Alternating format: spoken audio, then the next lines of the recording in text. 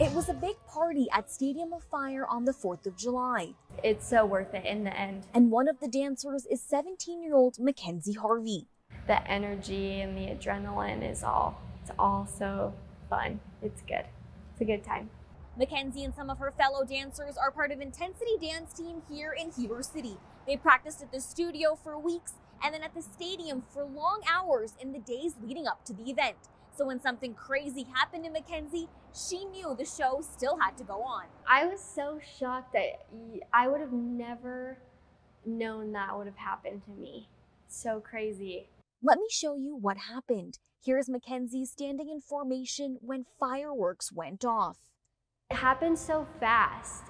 I remember seeing the fireworks going into the crowd in different places, and it came right behind me, so I wasn't expecting it at all. I was just in shock, like it hurt, like it sent a shock through my body.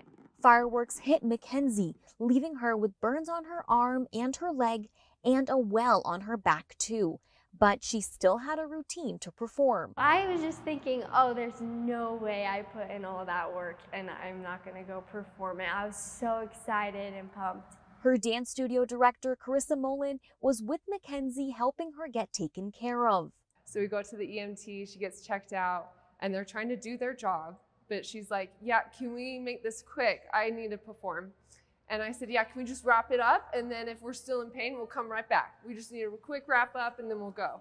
She got bandaged up and went back to doing what she loves. And we went back out and she got in position and she nailed it. And she did a fantastic job on her routine. Mackenzie tells me she's still processing everything and is just happy to be okay, and also proud of herself for going back to dance. The fact that I had that stamina and endurance to keep going, and I'm glad that I'm strong enough to do that. Michael Duggar showed us the view from his home near the top of Berkmont Mountain. Normally he can see Table Rock Mountain and Lake James, but today smoke surrounds his home and firefighters are stationed nearby with hoses and water for protection. They've done a great job. They come in here and told me that they were here for us on the mountain to make sure nobody lost their homes or anything. Firefighters from Salem shared these photos of the fire overnight. They got the call after viewers say they could see someone shooting fireworks on the mountainside for nearly an hour last night. The North Carolina Forest Service is setting back burns in an effort to contain the fire that quickly grew in size today. They've been able to use dozers in some areas, but in others, hand crews are cutting lines on the mountainside with the heat index in the triple digits. The heat is terrible on us. Thank God that the community has come around and helped us with hydration and food.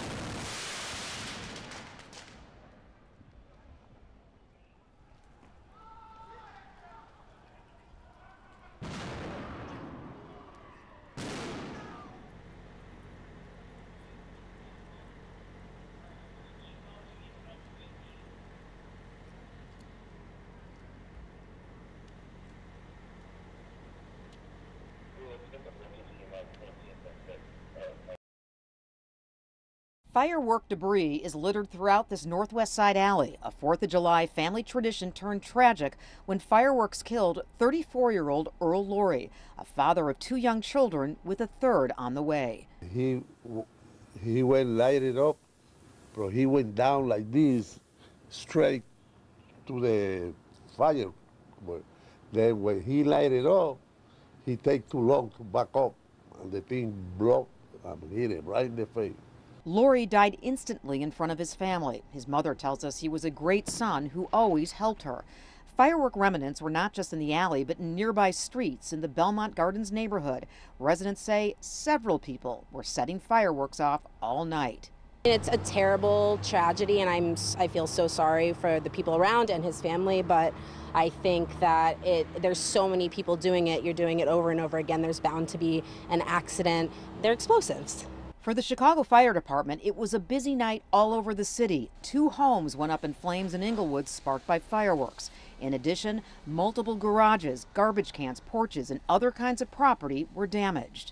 Citywide, there was an overwhelming response to the fireworks in Chicago. I think at the minimum we have 13 confirmed fireworks-related fires, and that's just a conservative estimate at this point. That number will increase over time as the reporting comes in. CFD says it was the most fires caused by fireworks in at least 20 years. Fortunately, no one was severely injured in the fires. And though fireworks are illegal in Chicago, they are easily accessible over state lines. Flames and heavy smoke seen pouring out of a Levittown home early Thursday morning on the 4th of July. Detectives say they quickly determined it was caused by a firework. Neighbor Roberta Quintana took the video. He says it was around 8:30 in the morning. We heard the firecrackers going on early. Apparently, they were eager to celebrate the 4th of July. A police allege 33-year-old Karamjit Singh, who rents the first-floor apartment of the Red Maple Drive North home, gave his 11-year-old son a firework and told him to ignite it. Detectives say the firework then malfunctioned and caused a detached shed to go up in flames. Then it spread to the family's home. It's a big error in judgment. Parents should be really taking care of their family and really making sure they don't do the wrong thing. Singh was seen leaving arraignment court Friday afternoon. He is facing a long list of charges, including arson, reckless endangerment, and endangering the welfare of a child. Neighbors say the father should have known better. There's a time and a place for everything. Neighbors tell us that the fire also displaced a single mother and her daughter who rented the apartment on the 2nd floor. The fire also spread to the home next door, which is where Maya Ramos lives with her family. I'm just grateful that I wasn't home and that no one was hurt. She says she was at a friend's home when the fire broke out and her parents are away on vacation. I got a text from my neighbor that there was a huge fire and that our house had been melted from it. Now stuck cleaning up more than just firework remnants, but debris from 2 house fires. From Levittown, Long Island, John Diaz, CBS 2 News. The young man who I spoke with is currently in Gainesville as doctors are trying to save his hand. Firefighters say even though it's after July 4th, people are still going to be lighting those fireworks off, and they have simple warnings for people who are going to do so. It was crazy because I seen it on the news the other day about you guys sharing about the safety of fireworks, and it's so crazy, a blink of an eye, it happened to me. I'm talking with Zion Thomas from a hospital bed in Gainesville. So in a way, you're trying to help others. Yes, sir. The picture is far too graphic for TV, so we blurred it, but Zion Thomas says a firework did this to his hand. Makes me feel like I need to pay attention more with things like that, but I'm thinking, hey, just like anybody else thinking it's a firework, it's going to be okay. And turns out I wasn't. I lost my hand almost, basically. I lost my front teeth. It's chipped. My wrist is broken. My other hand, my palm is fractured. So it's pretty serious when it comes down to fireworks. Thomas tells me the firework may have been expired. The Jacksonville Fire Department says that's not information they're able to confirm. But Captain Eric Proswimmer says they did respond to his home as well as others. We definitely had calls. I know there was some serious calls where people took serious injuries as a result of fireworks. According to the Consumer Product Safety Commission, in 2023, 9,700 people went to the hospital after being injured by fireworks. 35% of them suffered injuries on their hands. Tragically, 8 people died last year from injuries related to fireworks. Captain Proswimmer says people lighting off their leftover fireworks should be extra careful and definitely don't hold them in your hand. Tell me something that will stop me right there. It's going to happen to you. You can say it, that it's not, it's going to happen to you. Look, man, I know people are going to be shooting off fireworks tonight. If you could have them hear one thing before they do anything tonight, what would you tell them? Be safe. Be safe. Be on the lookout. check your fireworks. Reporting for Channel 4, John Acebus, the local station. It changed life in literally less than a second. Being one of the most dangerous holidays, the 4th of July always comes with injuries. But a few years ago, for Mark McCormick, it changed his life forever. I was being dumb and like just playing with fireworks and shooting off mortar shells and doing things like that and holding the cannon. And the cannon had bent, and it bent, I didn't notice, and it went off in my hand. McCormick says his friend rushed him to the hospital where he began fighting for his life. I immediately got a blood transfusion because I had lost so much blood. And then after that, I had to wait 10.5 hours for surgery. McCormick says when he woke up, he was just expecting some cuts and bruises. Yeah, that's definitely a benefit. I had high hopes because the doctor never really talked to me. They had a gigantic cast on my hand, and I could still feel it. And whenever they took the cast off, it broke my heart. Doctors had to amputate his hand and about 14 inches of his arm. But he says the hardest part was still yet to come. I was told by the doctors I was supposed to take 6 months off of work, and I'm supporting a whole household, everything. I owned a home, everything. I lost everything because of it. And now my family's separated. McCormick says he was denied disability, so he had no choice but to keep working. And after refusing to ever give up, he relearned how to do everything in life most would find impossible. Like work his construction job and fix his own cars when they break down. Now, McCormick says he qualifies for a robotic hand since all of his muscles and nerves still work, but he doesn't know how he'll ever be able to afford to get a normal life back. Like, I've tried to find the cheapest, even that is $20,000.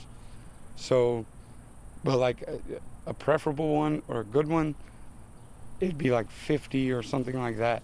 But McCormick says above all else, his biggest hope is that his story will remind others of the importance of safety around fireworks. Just be careful. Don't play around and think it's just a game. Because just like I said, at any given moment, it could change.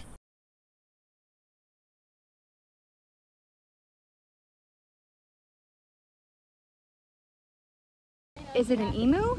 Newtown Township residents couldn't believe their eyes. A 6-foot emu strolling down Atkinson Lane in the pouring rain.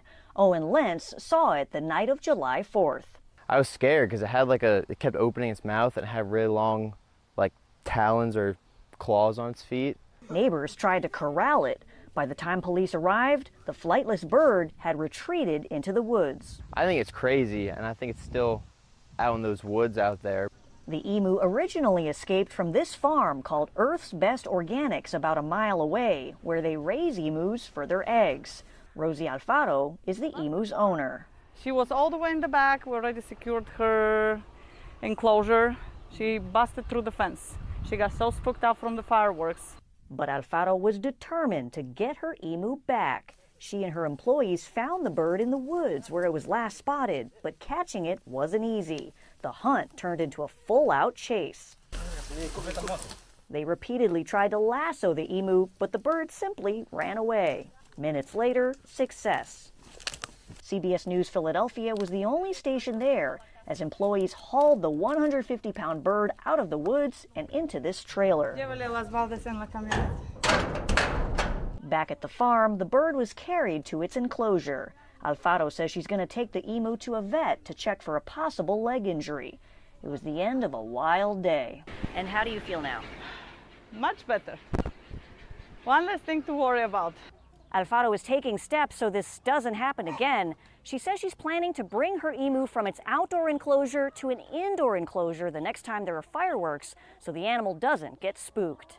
In Newtown Township, Madeline Wright, CBS News, Philadelphia.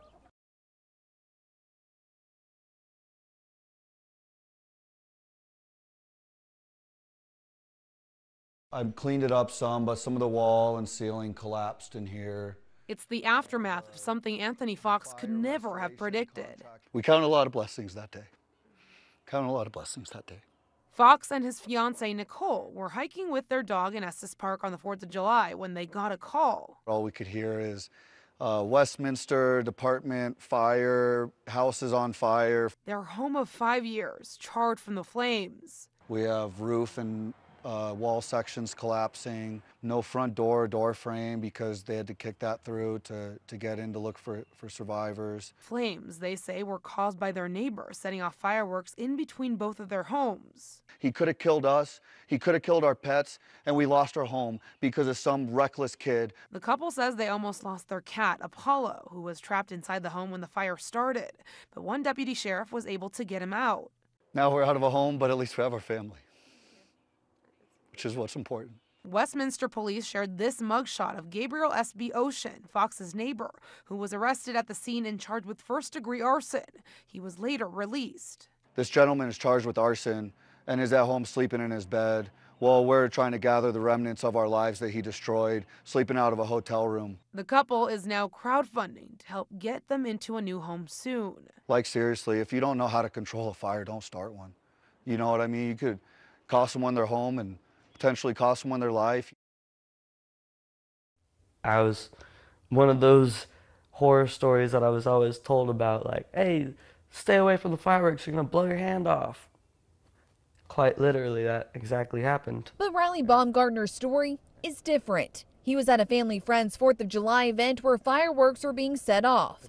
Riley says someone there was intoxicated and threw a sparkler bomb. When I seen them like light it and just toss it a few feet in front of them, I was instantaneously scared. I was like, as soon as this thing goes off, they're blind or dead. But the scariest part, 2 young children ran toward it, and Riley jumped into action and grabbed the lit firework. I went to go throw it, and as soon as I got about here, boom.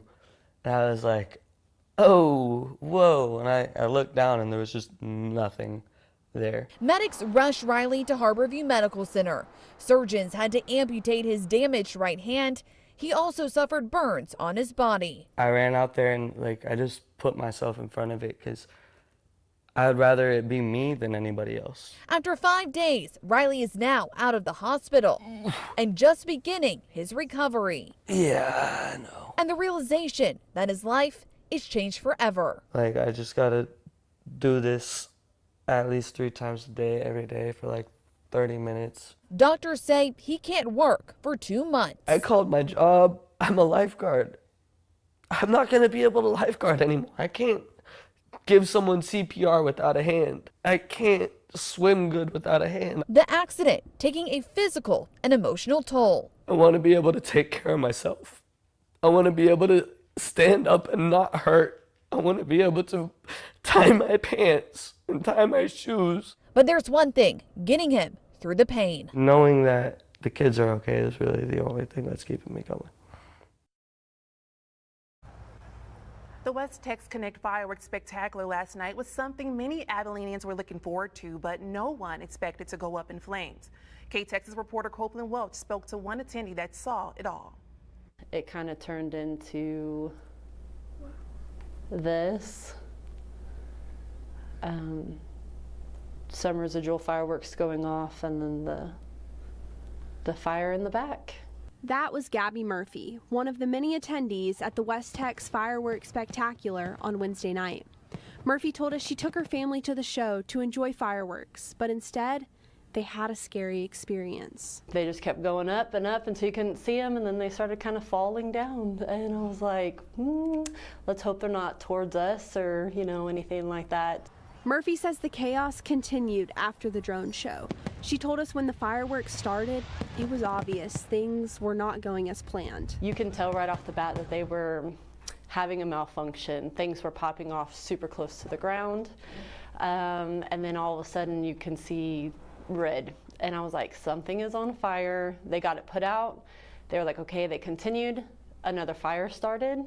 And it kind of grew pretty big, and they just kind of was like, ending the show slowly. Drones falling from the sky is something no one wants to see. But Murphy says her greatest concern was the safety of her kids.